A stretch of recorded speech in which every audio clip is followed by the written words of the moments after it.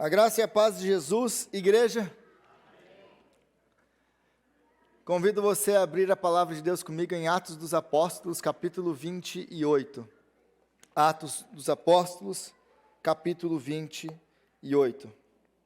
Hoje nós chegamos ao final de uma jornada que nós começamos por volta de um ano atrás. Então hoje nós concluímos o livro de Atos. E eu não sei para você, mas para mim foi uma bênção e um privilégio muito grande poder pregar em todo o livro de Atos, em todos os capítulos desse livro. E é sempre maravilhoso ver como a gente cresce estudando a palavra de Deus. Então hoje nós encerramos, para a glória de Deus e com a graça de Deus, esse livro maravilhoso que é o livro de Atos. Atos capítulo 28, nós lemos a partir do versículo 1, eu creio que toda a igreja já encontrou. Diz assim a palavra de Deus. Uma vez em terra, descobrimos que a ilha se chamava Malta. Os habitantes da ilha mostraram extraordinária bondade para conosco.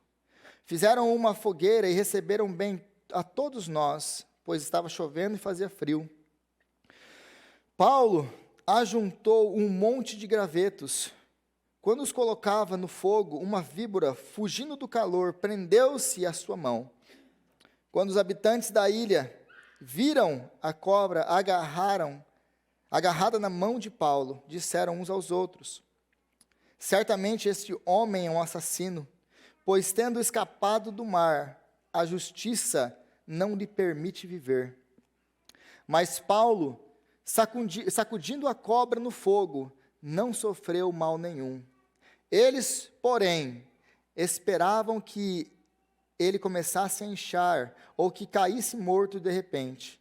Mas tendo esperado muito tempo, e vendo que nada de estranho lhe sucedia, mudaram de ideia e passaram a dizer que ele era um deus. Próximo dali, havia uma propriedade pertencente a Públio, o homem principal da ilha.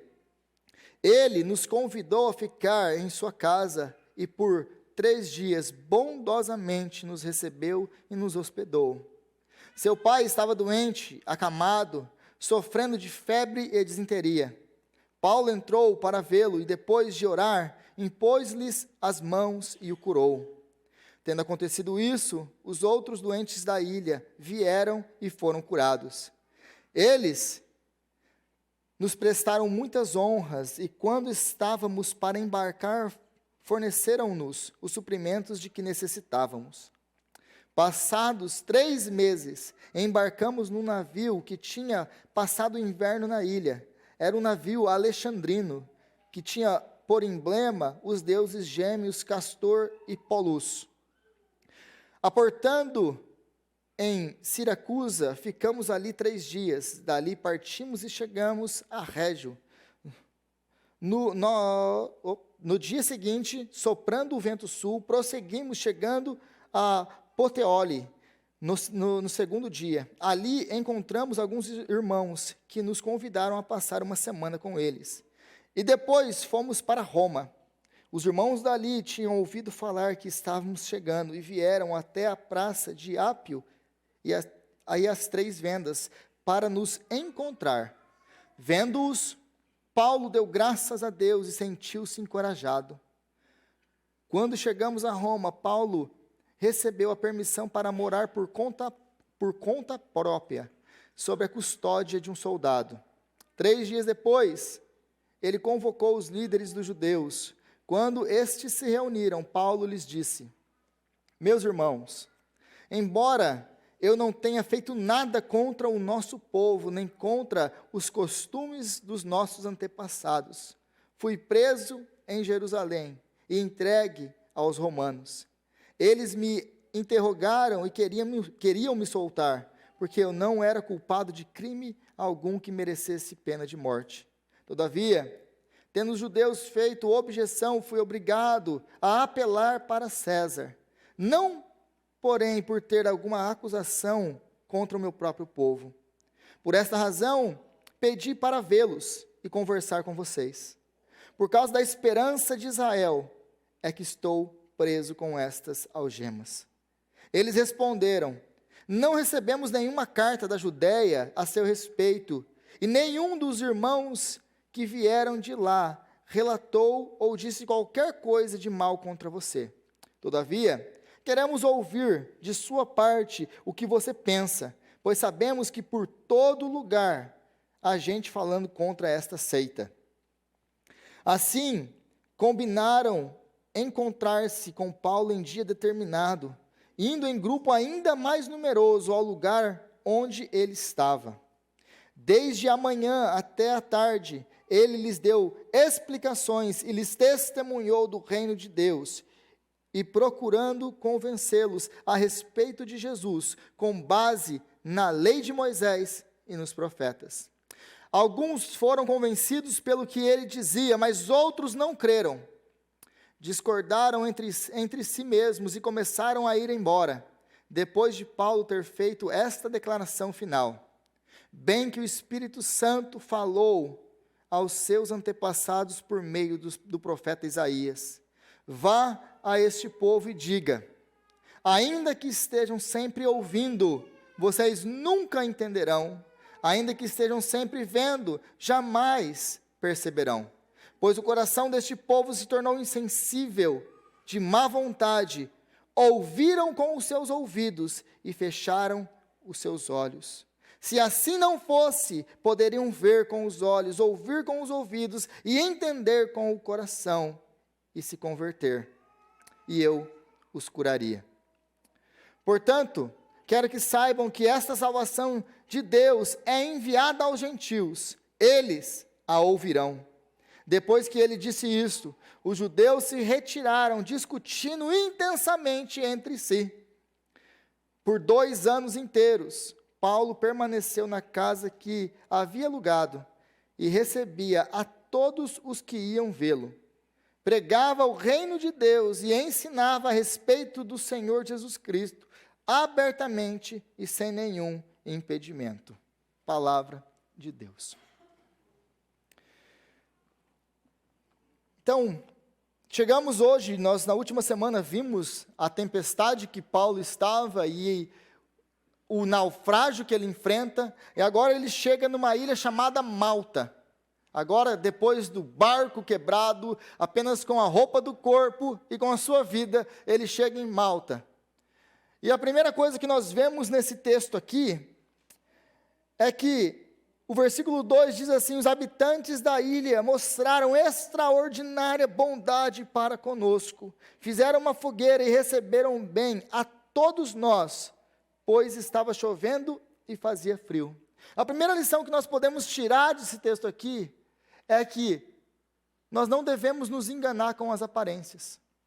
O versículo 2 aqui, quando ele fala os habitantes da ilha, eles foram extraordinariamente bondosos para conosco. Lucas aqui, intencionalmente, ele está fazendo uma coisa, ele está querendo dar uma ênfase na bondade dessas pessoas. O porquê que ele dá uma ênfase à bondade dessas pessoas? Desses moradores da ilha. A palavra moradores da ilha, aqui traduzida como moradores da ilha pela NVI, na verdade é a palavra bárbaros. Os bárbaros foram extremamente bondosos conosco. E por que é importante saber que essa palavra significa, ou a palavra original por trás dessa palavra aqui é bárbaros? Porque se você conhece um pouquinho do primeiro século, você vai saber que os bárbaros eram inimigos dos romanos. São os bárbaros que invadem o Império Romano e vão destruir o Império Romano mais tarde.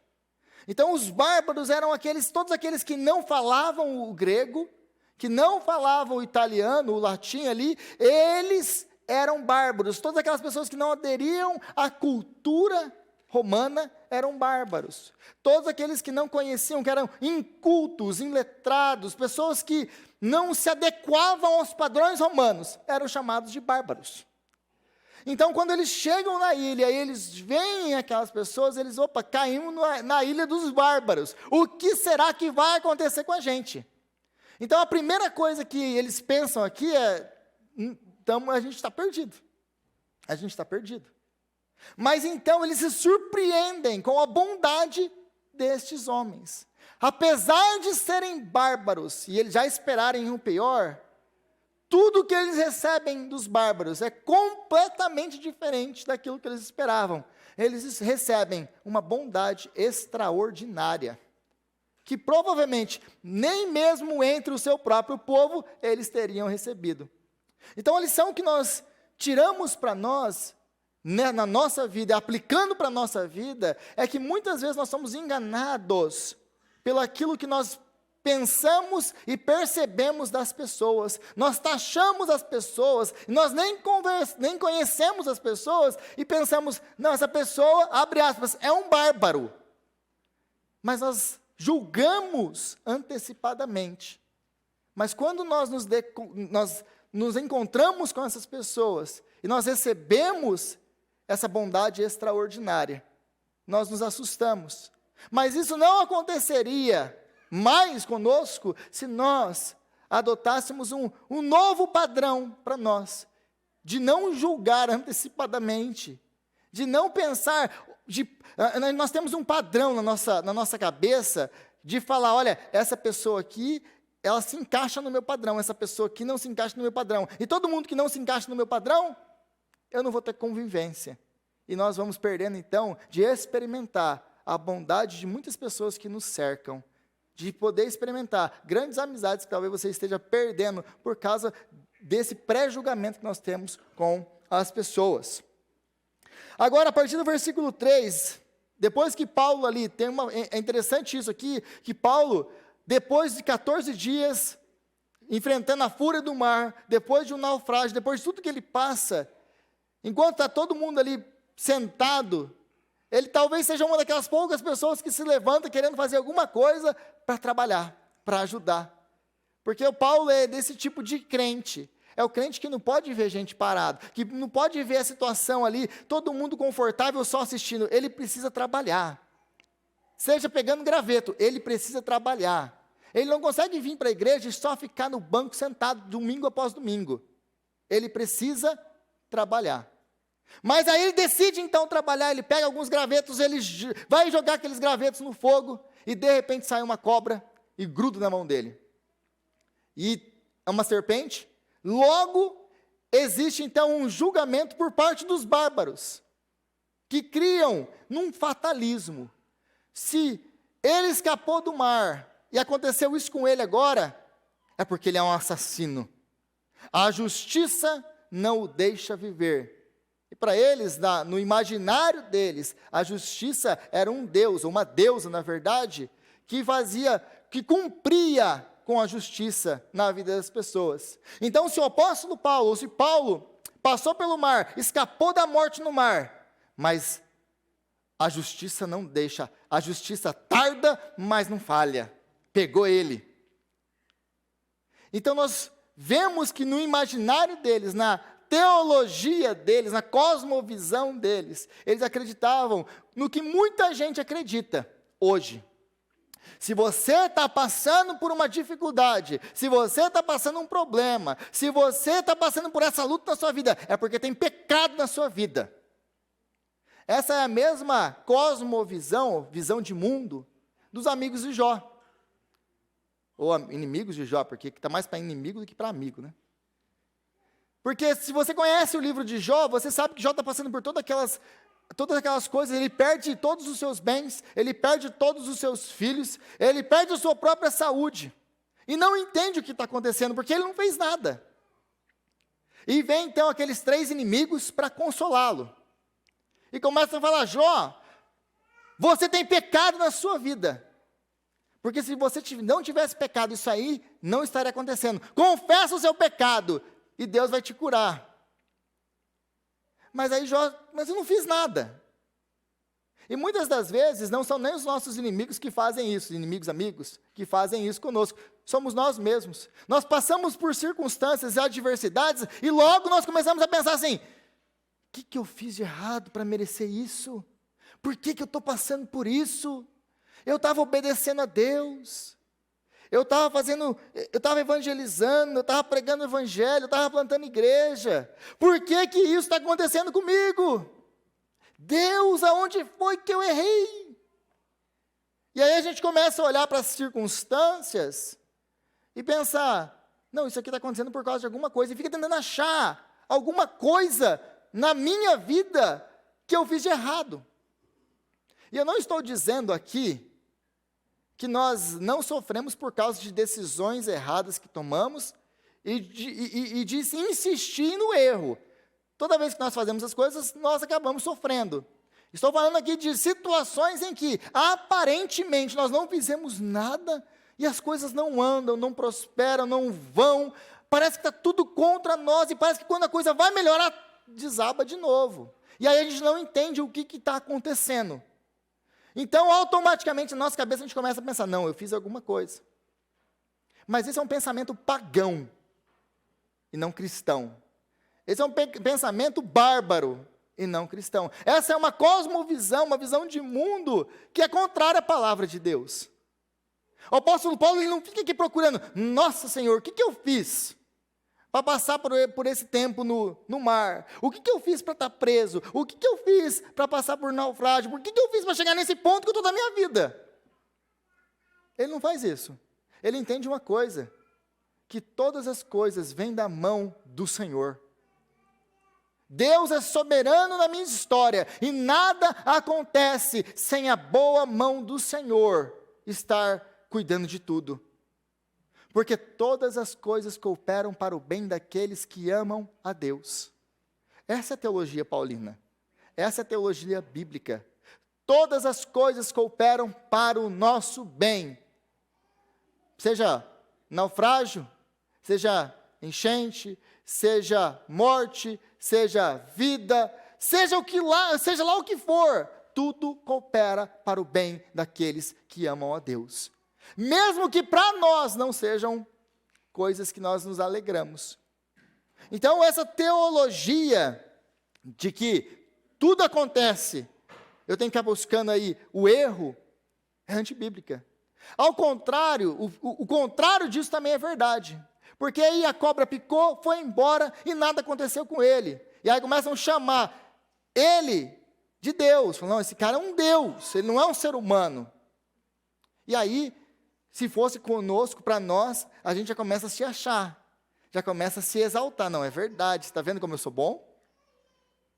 Mas tanto a desgraça, quanto a não desgraça, tanto quando as coisas não dão certo, quando as coisas dão certo, tudo na nossa vida é dádiva do Senhor. Tudo na nossa vida é bondade do Senhor. É graça do Senhor. Porque nada que esteja ruim que não possa piorar. Nós passamos por situações com o Senhor, e às vezes a pergunta que a gente tem que fazer é, imagina se o Senhor não estivesse cuidando disso. Se está assim agora, e se o Senhor não estivesse nisso? Mas quando o Senhor nos abençoa, quando nós temos alguma coisa, quando nós atingimos, alcançamos alguma coisa, nós devemos lembrar de uma coisa, é graça. Não é a força do meu braço, é a graça do Senhor. Então a vida de Paulo deixa claro que você pode estar obedecendo a Deus perfeitamente e ainda assim passar por todo tipo de sofrimento. A vida do apóstolo Paulo é marcada por sofrimento. Você pode passar a sua vida inteira obedecendo a Deus em tudo que Ele te mandou fazer. O apóstolo Paulo fazia isso. E ter uma vida marcada pelo sofrimento. Mas no final, Deus vai glorificar o nome dEle através da sua vida. Agora, a partir do versículo 7, você vai ver que o apóstolo Paulo, ele chega na ilha, e de novo, ele não fica parado. Ele sempre quer trabalhar. Aí ele vai falar no versículo 7, que próximo dali havia uma propriedade pertencente a Públio, o homem principal da ilha, e ele nos convidou a ficar em sua casa por 3 dias. Bondosamente nos recebeu e nos hospedou. Seu pai estava doente, acamado, sofrendo de febre e disenteria. Paulo entrou para vê-lo e depois de orar, impôs-lhes as mãos e curou. Tendo acontecido isso, os outros doentes da ilha vieram e foram curados. Uma coisa que nós precisamos entender na nossa vida, na minha e na sua vida, é que tudo aquilo que Deus nos deu, Ele nos deu para ser bênção na vida das outras pessoas. O apóstolo Paulo aqui, ele não tinha nada para compartilhar, ele chegou com a roupa do corpo e mais nada. Aí você pensa assim, o que um homem desse tem para compartilhar com as pessoas? Como que um homem desse pode ser uma bênção no meio onde ele está inserido? Talvez essa seja a sua história, você chega aqui, eu sou estrangeiro nesse país, eu não tenho nada, eu tenho mal para mim. Como que eu vou ser uma bênção? Como que eu posso compartilhar alguma coisa com alguém, Rodrigo? O apóstolo Paulo, apesar de tudo isso, ele tinha muito para compartilhar. Porque, como disse o apóstolo Pedro, entrando no templo para adorar a Deus, e ele encontra então um aleijado, e ele fala assim, pede dinheiro para ele, e o apóstolo Pedro olha para ele, prata e ouro eu não tenho, mas aquilo que eu tenho, isso eu te dou, em nome de Jesus Cristo, levanta e anda. Talvez você não tenha prata, talvez você não tenha ouro, talvez você não tenha muitas habilidades, talvez você não tenha muitos dons. Você olha para algumas pessoas e você olha, nossa, aquela pessoa tem aquele monte de dom, aquela pessoa tem aquela habilidade, aquela pessoa faz tão bem isso e aquilo, e aí você começa, mas e eu? E eu? Meu irmão, minha irmã, deixa eu te falar uma coisa. Você tem o maior tesouro do mundo, do universo em você. E ele está pronto a ser compartilhado com todas as pessoas que cruzam o seu caminho. Você não precisa de um diploma para compartilhar Cristo. Eu costumo dizer para as pessoas que, mesmo que você seja um homem rico, poderoso, o mais importante da cidade, o mais importante da ilha, você pode ter tudo nesse mundo, se você não tem Cristo, você não tem nada. Mas, se você não tem nada, você mal tem a roupa do corpo e a sua própria vida, e não tem nada para oferecer para ninguém, mas você tem Cristo, você tem tudo. A maior riqueza de um homem e de uma mulher é Cristo, porque eles podem nos tirar tudo, mas eles não podem nos tirar Cristo. Agora, a partir do versículo 17 aí, até o final, no versículo 20, ele vai concluir um argumento dele, basicamente dizendo, ele chama então esses judeus, dizendo, olha, eu estou aqui hoje preso, mas eu não fiz nada contra a nação, contra o nosso povo, aliás, não tem nenhuma reclamação, não tem nenhuma acusação contra o nosso povo, eu tentei argumentar, eu fui para os tribunais e os romanos viram que eu não tinha pecado algum, que eu não tinha culpa nenhuma que merecesse a morte. Mas os judeus não aceitaram isso. E eu tive que apelar para César. Mas aí no versículo 20 ele diz uma coisa que é muito interessante. Ele diz assim, por essa razão, pedi para vê-los e conversar com vocês.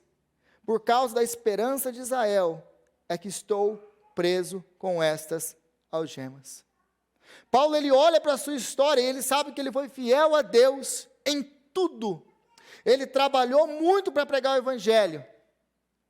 E é por causa disso que ele está preso. Ele olha para toda a sua história, ele olha para a sua obediência a Deus.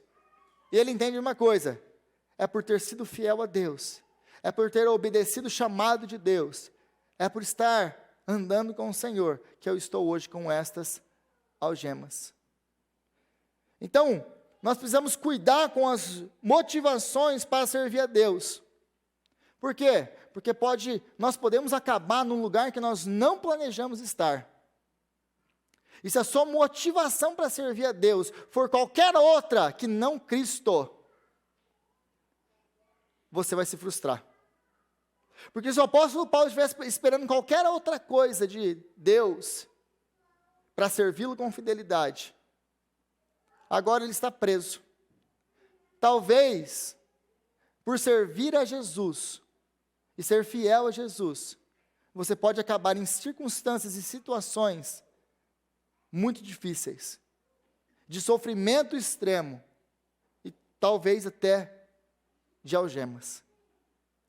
Então é muito importante nós sempre estarmos alinhados com as nossas motivações em servir ao Senhor. Por que eu estou servindo a Deus? Qual é a minha motivação em obedecer, em fazer, em trabalhar?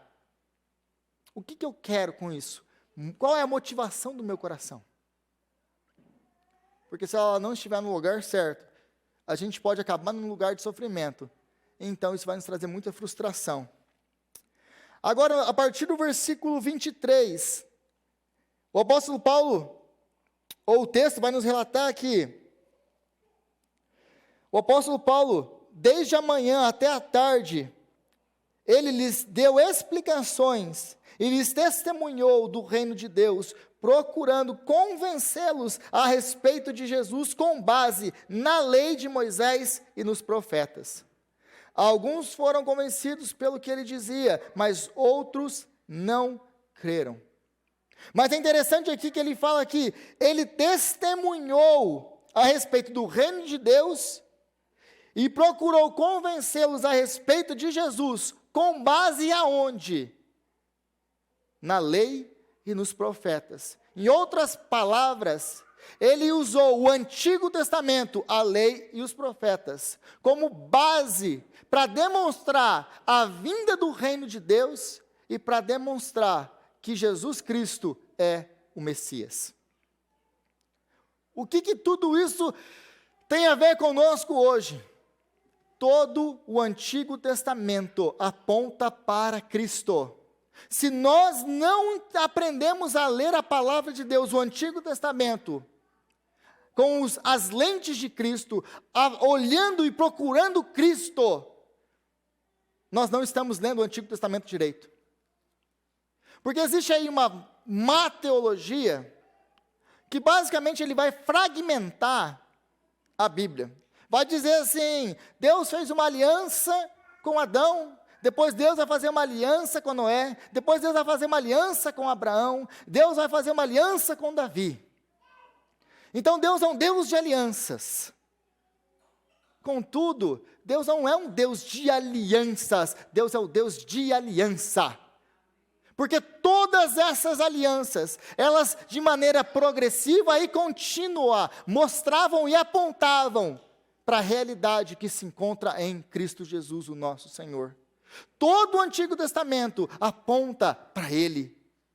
O Novo Testamento é o cumprimento de todas as promessas do Antigo Testamento. Deus é fiel para cumprir com as suas promessas. É isso que o Novo Testamento nos afirma. Tudo aquilo então que Deus deu como promessa no Antigo Testamento, mostrava, apontava, revelava a vinda do Messias, o Cristo. Então, se nós não aprendermos a ler a palavra de Deus assim, buscando em toda a Escritura do Antigo Testamento, Cristo, nós nunca vamos conseguir interpretar e entender o Antigo Testamento de forma correta. Porque em Noé, por exemplo, Deus não está apenas salvando uma família e um par de bichos. Deus está mostrando que para nós, que dentro da arca tem vida, fora da arca tem julgamento e morte. No Êxodo, Deus não está apenas tirando um povo do Egito. No Êxodo, Deus está mostrando que debaixo do sangue do Cordeiro tem vida. Deus está mostrando que Ele é o Deus que estende o seu braço, com mão forte, braço estendido. Ele tira o seu povo do império das trevas e traz para o reino da luz.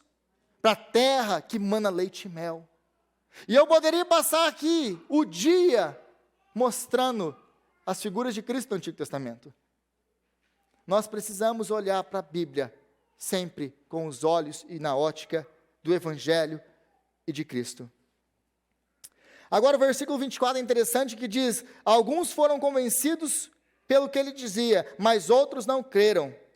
A pregação do Evangelho sempre vai afastar pessoas. A pregação do verdadeiro Evangelho sempre vai afastar pessoas. Se você estiver preocupado com o que as pessoas vão pensar de você, você nunca vai pregar o Evangelho. Se você estiver preocupado com o que os outros vão julgar, pensar, se afastar de você, se você quer continuar sendo politicamente correto, você nunca vai conseguir pregar o evangelho, porque o evangelho vai contra pecadores. Ele vai expor o pecado para trazer cura, transformação, remissão, justificação, perdão. Então, sempre que nós pregarmos o evangelho de Jesus Cristo, haverá pessoas que vão nos deixar. Contudo, o texto também nos diz que alguns creram. Que alguns creram. E essa é a nossa motivação para pregar o evangelho. Porque Deus tem os seus eleitos, Deus tem aquelas pessoas que Ele escolheu antes da fundação do mundo, que vão ouvir o evangelho, que o coração vai aquecer, que o Espírito Santo vai iluminar. Então, elas vão ser transformadas pelo poder do evangelho de Jesus Cristo. Mas se nós, mais uma vez, ficarmos preocupados com o que pensam da gente, a gente nunca vai pregar o evangelho de Jesus. E então ele vai citar, depois, o que vai irritar eles muito, é por isso que eles vão embora, ele vai citar o livro do profeta Isaías, no capítulo 6, no versículo 9 e 10, e ele diz assim: vá a este povo e diga, ainda que estejam sempre ouvindo, vocês nunca entenderão, ainda que estejam sempre vendo, jamais perceberão, pois o coração deste povo se tornou insensível e de má vontade, ouviram com os seus ouvidos e fecharam seus olhos. Se não fosse assim, poderiam ver com os olhos, ouvir com os ouvidos, entender com o coração, e converter-se, e eu os curaria. Basicamente aqui, esse aqui é o chamado de Isaías. Depois que ele tem aquela visão celestial, que ele vê o trono de Deus, e ele vê lá os querubins cantando santo, santo, santo, Deus faz uma pergunta: quem eu enviarei? Quem irá por nós? Então Isaías diz: eis-me aqui, Senhor, envia-me a mim. Então Isaías, ou Deus fala para Isaías, basicamente isso que nós acabamos de ler, falando assim: Isaías, então você vai, meu filho, mas você vai pregar para um povo cego, para um povo surdo, para um povo de dura cerviz, para um povo de coração endurecido. Você vai passar a sua vida pregando, pregando, pregando, para um povo que apesar de ouvir, que apesar de ver, não quer ouvir, e vai rejeitar a sua mensagem. Mas Isaías, ele continua indo e proclamando aquilo que Deus mandou ele fazer, pregando, apesar de tudo que vai acontecer, apesar dos resultados. Então, esse texto aqui vai nos mostrar que o nosso problema, com relação ao Evangelho, com relação a Cristo, não é físico. A nossa inabilidade não é física, a nossa inabilidade é moral. Deixa eu dar um exemplo que eu quero dizer com isso. Você, crente, homem de Deus, mulher de Deus, chega o inverno, e está nevando lá fora, e está frio, e você está debaixo daquela coberta. E você costuma acordar todos os dias 5 horas da manhã, porque você tem que trabalhar. Tem que sair cedo, tem que limpar a neve, o carro está cheio de neve. Mas você fala: não, eu preciso ter tempo com o Senhor, eu preciso ter meu tempo de oração, de Bíblia, eu preciso me buscar mais o Senhor. Coloco meu relógio para despertar aqui, 4 da manhã. O relógio desperta. Aí você abre um olho só. Aí você olha o relógio, 4 da manhã. Aí você, pelo relance da janela, você vê a neve lá fora. Aquela cama está quentinha. Aí você pensa: nossa, ainda tem mais 1 hora. Aí a luta interna começa. Com 2 minutos depois, você volta a dormir. E a luta não dura mais do que 2 minutos às 4 horas da manhã. Ou você decide levantar, já era. O que te impediu de levantar? Você está amarrado àquela cama? Eu, por várias vezes, quando eu durmo, eu sonho que eu estou amarrado. Às vezes eu sonho que eu preciso acordar, mas eu sonho que o meu olho está colado, não consigo abrir o olho. Vira e mexe até esse sonho. Mas é um sonho, porque os meus olhos não estão colados e eu não estou amarrado à cama. Mas tem alguma coisa que te impede fisicamente de você se levantar e ir orar e buscar o Senhor às 4 horas da manhã? Não. Não tem nada físico que te impeça. O que está te impedindo de ir? A sua natureza adâmica. O pecado que habita em você. Então a nossa inabilidade, ela não é física. A nossa inabilidade para buscarmos a Deus, ela é moral. A nossa moral está corrompida por causa do pecado. Nós não podemos buscar a Deus por nós mesmos. É por isso que Deus tem que nos ressuscitar. É por isso que Deus tem que nos dar um novo coração. É por isso que Deus tem que vir ao nosso encontro através do Espírito Santo e nos ressuscitar, nos chacoalhar. E então, e só então, nós somos capazes de obedecer ao Senhor, de irmos até o Senhor, de crermos no Senhor. É por isso que a fé é dom de Deus. Porque nós não temos isso. A nossa inabilidade não é física, ela é moral.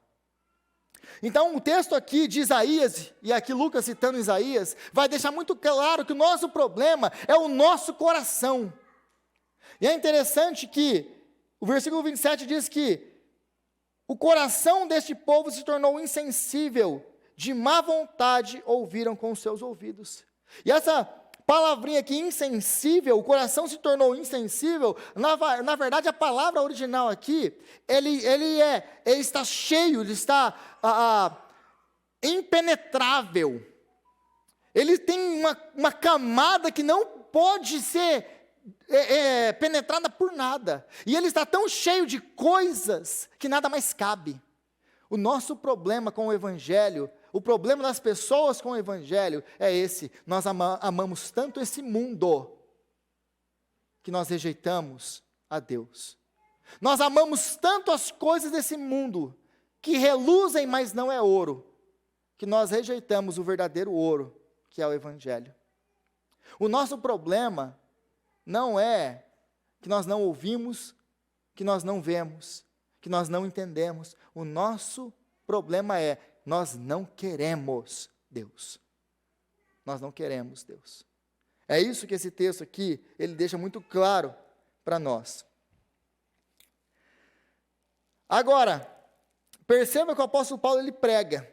E o que esse texto também nos ensina é que o nosso trabalho é ser fiel e não frutíferos. O meu trabalho, irmãos, como pastor dessa igreja, meu trabalho como pregador do Evangelho, é ser fiel a Deus e não frutífero. Porque se o meu trabalho, minha responsabilidade fosse ser frutífero, como que Deus podia falar para Isaías o que ele falou para Isaías? Você vai e prega, eles não vão te ouvir. O meu trabalho é ser fiel a Deus, os frutos vêm do Senhor, porque eu sou incapaz de mudar corações, eu sou incapaz de transformar pessoas. Quem é capaz de fazer isso é só o Espírito Santo, isso não está nas minhas mãos. O meu trabalho é pregar o Evangelho com fidelidade, e os resultados, se Deus quiser, vêm dEle, e para a glória dEle. Então Deus vai agir, segundo a vontade dEle, no tempo dEle. O nosso papel diante do Senhor é continuarmos fiéis a Ele. E Ele, então, vai dar os frutos que você precisa na sua vida. Os frutos vêm do Senhor, não está em nós. Agora, versículo 30 e 31, por 2 anos inteiros, Paulo permaneceu na casa que havia alugado e recebia todos os que iam vê-lo. Pregava o reino de Deus e ensinava a respeito do Senhor Jesus Cristo, abertamente, sem impedimento algum. O que eu aprendo com o apóstolo Paulo, o que você aprende com o apóstolo Paulo, é que nós devemos pregar em tempo e fora de tempo. Na caminhada, nos meus anos de igreja, de caminhada, eu tenho encontrado várias pessoas que continuam sentadas nos bancos. E às vezes eu converso com essas pessoas, e as pessoas falam assim: não, mas eu tenho um chamado. Deus falou que eu vou pregar para as multidões. Deus falou que eu vou isso, que eu vou aquilo. E aí eu pergunto para a pessoa: e você está fazendo o quê? Ah, não, estou esperando o momento certo. Estou esperando Deus abrir as portas. Meu irmão, se Deus já falou, você está esperando o quê? Você está esperando o quê? Um palanque? Um púlpito? Um título? Alguém chegar em você e te declarar apóstolo do Senhor? Deixa eu te falar uma coisa para você. Se você estiver esperando o momento certo, o momento perfeito para servir a Deus, você nunca vai servir a Deus. Nunca, porque nunca vai ter momento perfeito na sua vida. E você sempre vai ter uma desculpa para não servir o Senhor. Quem quer servir a Deus, dá um jeito. Quem não quer, dá uma desculpa. O apóstolo Paulo aqui, ele está preso. Ele tem um soldado amarrado a ele, todo dia, todos os dias. Ele está numa casa, numa residência, que ele não pode sair dali. Ele não pode ir aonde ele quer. Mas Deus manda pessoas para ele. E ali, junto com esse soldado, recebendo pessoas, ele vai pregar o evangelho, em tempo e fora de tempo. Esteja sempre pronto para pregar o evangelho, em tempo e fora de tempo. E durante 2 anos, enquanto ele aguardava julgamento, imagina se o apóstolo Paulo pensa assim: nossa, eu tenho que esperar eu vou ter que esperar esse meu julgamento acabar. Depois que esse julgamento acabar e que eu for livre, então eu vou começar a pregar o evangelho. Ele tinha essa desculpa? Tinha. Podia ficar ali 2 anos sentado esperando, não podia? Mas o apóstolo Paulo, ele não consegue ficar parado. Ele não é o crente do banco da igreja. Ele levanta e vai trabalhar. Ele levanta e fala assim: bom Deus, eu estou aqui. Se o Senhor me mandar alguém aqui, eu vou pregar. Se o Senhor não mandar ninguém, eu vou pregar para esse soldado mesmo. Ele prega. Porque mais tarde nas suas cartas, ele vai escrever que toda a guarda pretoriana, toda a elite de César foi convertida. Como você acha que eles foram convertidos? César deu para ele toda a sua elite para ele pregar. E colocou para ele, um a um, para poder ser discipulado por ele. O que vocês acham que ia acontecer? Quando Deus dá oportunidade para um homem que está sedento para pregar a palavra, dá oportunidade de um a um sendo colocado no caminho dele, o que você acha que ele vai fazer? Ele vai esperar um bom momento? Ou ele vai compartilhar Cristo? Ele vai compartilhar. E os da casa de César saúdam vocês. Porque ele não fica parado. Ele não espera o momento perfeito. Ele entende uma coisa: Deus me deu um chamado, o meu chamado é pregar o evangelho. Eu vou pregar em tempo e fora de tempo. Para ele não tem um momento perfeito. Não tem um momento perfeito. E nós chegamos então ao final do livro de Atos. Aí, a pergunta que fica na sua cabeça, na minha cabeça, na cabeça dos teólogos, é basicamente essa. Mas e aí, o que aconteceu com o apóstolo Paulo? E o imperador, ele pregou para o imperador ou não? Ele foi solto, o que acontece com ele depois? Lucas não fala para a gente. E talvez essa seja uma das grandes frustrações que a gente tem com o livro de Atos. Acabou. Acabou. Acabou? Sabe aqueles filmes que não tem final? Eu odeio filme que não tem final. Eu odeio filme que não tem final.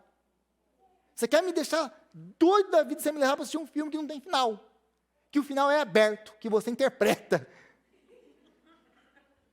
Eu morro. Me dá o final do filme. Mas é assim que acaba o livro de Lucas, o Atos. Mas por que Lucas acaba do jeito que ele acaba? Não tem aquele povo que vai interpretar, depois vai explicar o final do filme? Eu vou explicar o final do filme para vocês. Por que acaba do jeito que acaba? Porque o objetivo de Lucas foi alcançado. No capítulo 1, quando Jesus ainda está aqui, ele fala: olha, vão e sejam minhas testemunhas até os confins da terra. O evangelho chegou nos confins da terra. O que esse final abrupto faz para nós, ou nos mostra, ou deixa claro para nós, é que o evangelho chegou em Roma.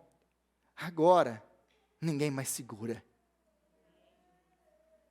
Mas como que eu posso ter certeza que esse é o final verdadeiro? Bom, você é a prova disso porque você está sentado aqui nessa cadeira hoje. O Evangelho chegou em todo o lugar, até os confins da terra. O Evangelho venceu. A prova disso hoje é você.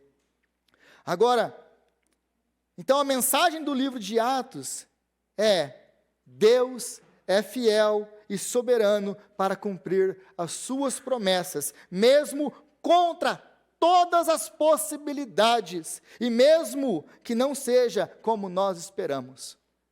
Deus, Ele é fiel, e Ele é poderoso, e Ele é soberano para cumprir tudo aquilo que Ele disse que aconteceria, mesmo que tudo pareça ser contrário, mesmo que pode ser que você não está conseguindo entender, mas eu não estou entendendo como que isso aqui vai, como que um naufrágio, como que esses sofrimentos, como que essas perseguições, como que essas prisões, como que esses açoites, como que esses apedrejamentos, como que isso vai cooperar com o Evangelho, Deus?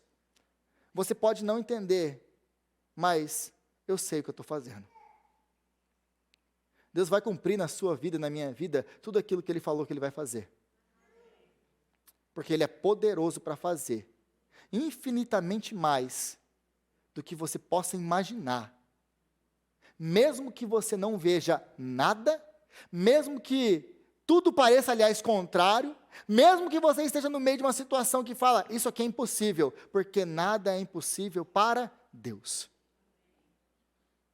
E é isso que o livro de Atos nos mostra, que apesar de toda a perseguição, apesar do mundo inteiro estar contra esse pequeno bando de discípulos, de um carpinteiro de Nazaré, Deus ele vai usar esse bando de ninguéms para proclamar a fé por todo o Império Romano e chegar até você hoje. Então, o que você acha que Deus pode fazer pela sua história? Se Ele pode fazer isso e transformar o mundo através de um monte de ninguéms, como eu, como você, Ele pode fazer muito mais na sua história do que você imagina. Mas, eu me colocando no lugar do apóstolo Paulo, talvez essa seria a minha pergunta. Será que valeu a pena? Será que valeu a pena? Porque eu chego no final da minha vida, porque talvez você saiba, se você conhece, você já estudou, mas os teólogos eles vão nos dizer que depois disso aqui o apóstolo Paulo ele é solto. Mas muito rapidamente ele é preso de novo. Possivelmente nessa soltura ele vai pregar o evangelho na Espanha, mas nós não estamos certos disso. E na verdade não importa muito. O que acontece é que depois que ele é solto e ele é preso outra vez, essa segunda prisão ela não é mais uma prisão como foi a primeira, residencial numa casa. Agora o apóstolo Paulo, ele é colocado na prisão marmitina e ele é colocado debaixo da terra, é um buraco no chão basicamente. É uma prisão mais ou menos dessa altura, que você não consegue se levantar. É um buraco, literalmente no chão. E lá ele está preso, abandonado, com fome, com frio, sem ninguém. E ele talvez comece a se perguntar, mas será que valeu a pena? Eu arrisquei a minha vida, eu plantei igreja, eu fui chicoteado, eu sofri, a minha vida foi marcada por sofrimentos. E agora no final de tudo, que eu pensava que talvez eu fosse falar com o imperador, as coisas iam ser diferentes, talvez. Mas agora ele se encontra nessa situação. E talvez a pergunta fosse essa. Mas como que ele pode suportar isso? Qual é o propósito de fazer tudo isso, obedecer a Deus e morrer dessa maneira? Porque para nós essa seria a nossa visão. Do que me adiantou servir a Deus com toda a fidelidade, fazer isso, plantar a igreja, pregar o evangelho, discipular a gente, entregar a minha vida e morrer dessa maneira? O que valeu? Do que valeu tudo isso? Será que valeu a pena? Mas eu quero ler com vocês aquilo que ele escreve Porque ele não era Rodrigo. Ele tinha uma visão mais apurada que a minha. Talvez essas fossem as minhas perguntas. Mas ele vai escrever ao seu filho na fé, Timóteo, sua última carta. E essa é a visão que esse homem tem dos seus últimos momentos de vida. E ele diz assim: eu já estou sendo derramado como oferta de bebida, e o tempo da minha partida está próximo. Combati o bom combate, terminei a corrida, guardei a fé. Agora está reservada para mim a coroa da justiça, que o Senhor, justo juiz, me dará naquele dia, não somente a mim, mas também a todos os que amam a sua vinda. Como que esse homem olha a sua história? Valeu a pena, apóstolo Paulo? Valeu a pena. Porque ele é digno. Porque ele é digno. Mas como que ele pode responder dessa maneira?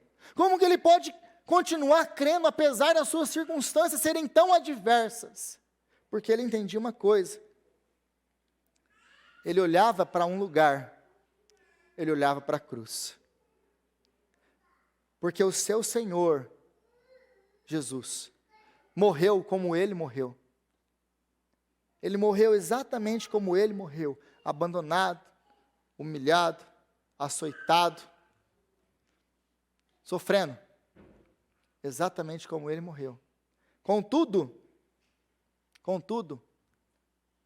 a morte de Jesus, diferente da morte de Paulo, a morte de Jesus alcançou muitas coisas para Paulo. É por causa da morte de Jesus que Paulo pode falar: eu combati o bom combate, eu completei a carreira, eu guardei a fé. É a morte de Jesus que faz com que Paulo combata o bom combate, complete a carreira e guarde a fé. Porque Jesus, através do seu Espírito, ele capacita Paulo a viver essa vida. Porque Jesus não é apenas um mero exemplo a ser seguido, ele é o nosso exemplo, o supremo exemplo. Mas ele é o poder de Deus, através dele, por causa da cruz dele, é que nós podemos viver essa vida. A certeza da coroa da vida não está na sua vida dedicada ao Evangelho. Quando o apóstolo Paulo fala, agora a coroa da vida me está guardada, está me esperando, eu vou receber a coroa da vida. O apóstolo Paulo, ele não tem isso aqui no coração. Nossa, agora que eu trabalhei, agora que eu sofri, agora que eu fiz tudo o que eu fiz, agora sim, a coroa da vida que Deus, o justo juiz, me dará. É obra desse esforço que eu tive. Ele não faz isso. O apóstolo Paulo entende uma coisa, que essa coroa da vida, ela está guardada, e ela é garantia na vida dele. Não porque ele plantou igreja, não porque ele pregou o evangelho, não porque ele sofreu. Ela é porque ele se tornou homem, porque ele morreu, porque ele sofreu, porque ele ressuscitou ao terceiro dia. A coroa da vida não é nos dada porque nós fazemos alguma coisa para merecer.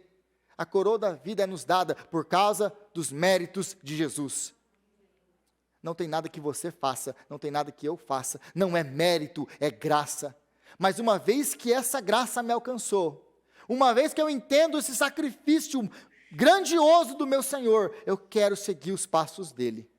É uma consequência, eu quero andar como ele andou. Então, a morte, a vida, a ressurreição de Cristo transformaram a vida do apóstolo Paulo. Agora, eu queria concluir com esse pensamento. Será que valeu a pena? Será que valeu a pena? Se a sua esperança para esse mundo, para esse tempo, para agora, você olharia, se você estivesse no lugar do apóstolo Paulo, e realmente não teria valido a pena.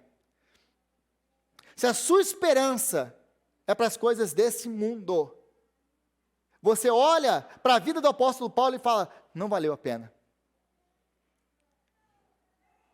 Mas se a sua esperança são para coisas que não se veem, porque as que se veem são passageiras, então tudo muda agora, tudo muda. Se Paulo então estivesse vivendo para as coisas desse mundo, realmente não teria valido a pena. Se você estiver vivendo o seu cristianismo para este mundo, você vai se decepcionar com Deus. Se você estiver esperançoso para as coisas desse mundo, usando o cristianismo como, não, agora eu sou cabeça, não sou cauda. Deus vai me dar, eu determino na minha vida isso. Se você está vivendo o seu cristianismo esperando para coisas desse mundo, eu tenho uma garantia para você. Você vai se decepcionar com Deus. E no final da sua vida, você vai dizer, não valeu a pena. Mas, se você vive a sua vida com os olhos fixos em Jesus, com olhos fixos na eternidade, porque Ele nos prometeu promessas eternas, de que nós estaremos com Ele para sempre, de que Ele enxugará dos nossos olhos toda lágrima, então, e só então, você vai chegar naquele último dia, e talvez uma situação muito difícil, e talvez alguém te pergunte, valeu a pena? E você vai poder dizer, valeu a pena, porque eu vivi para Cristo. E agora, eu sei que a coroa da vida me está guardada, a qual Deus, o justo juiz, me dará naquele dia. Que essa seja a sua esperança. Senhor, nós te louvamos pela sua palavra, te louvamos pelo ensino maravilhoso da sua palavra, te louvamos por esse tempo que nós pudemos gastar aqui, estudando esse livro maravilhoso. Quantos ensinamentos, ó Deus. Agora nós clamamos a Ti, que o Senhor venha nos dar graça para viver, olhando para as coisas que não se veem, para sermos fiéis ao Senhor, para não nos preocupar com aquilo que pensam de nós, mas para olhar para Cristo e para a cruz. Que o Senhor, Pai, venha nos dar graça para pregar em tempo e fora de tempo. Que o Senhor venha nos dar graça, ó Deus, para não sermos crentes de domingo, mas homens e mulheres comprometidos com o reino do Senhor e com o Evangelho de Jesus Cristo.